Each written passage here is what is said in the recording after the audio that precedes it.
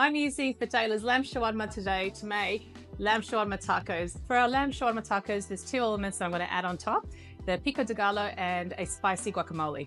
I'm going to start with the pico de gallo. So it's basically a fresh tomato style salsa, some nice firm but ripe tomatoes, onion, coriander, lime juice and salt. That's it.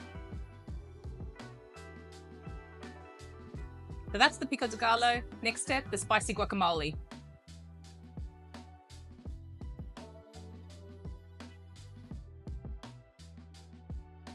To make the spicy guacamole, we're adding Aleppo pepper, ground cumin, minced garlic, and of course I've already added my lime juice. There's also coriander and red onion too. All our sides are done for the Lamb Shawarma Tacos. Now I just want to quickly talk to you about the Fatala Lamb Shawarma. For people like me who are time poor as a working mum, this is fantastic.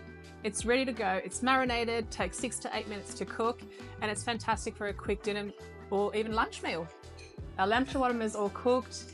It's now a matter of assembling it. I've got our elements here. So I've got our spicy guacamole, our pico de gallo, a little bit more of that Aleppo pepper to sprinkle over the top. What I do want to also mention is that, lamb shawarma, although, typically made with pickles and tahina, can also be really versatile by making it into other things like these lamb shawarma tacos. So we've got our warm corn tortillas and we're just popping them down here.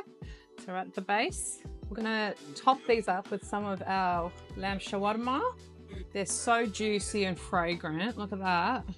So some of that spicy guacamole and some of that pico de gallo, some of our Aleppo pepper over the top, and don't forget a wedge of lime on the side.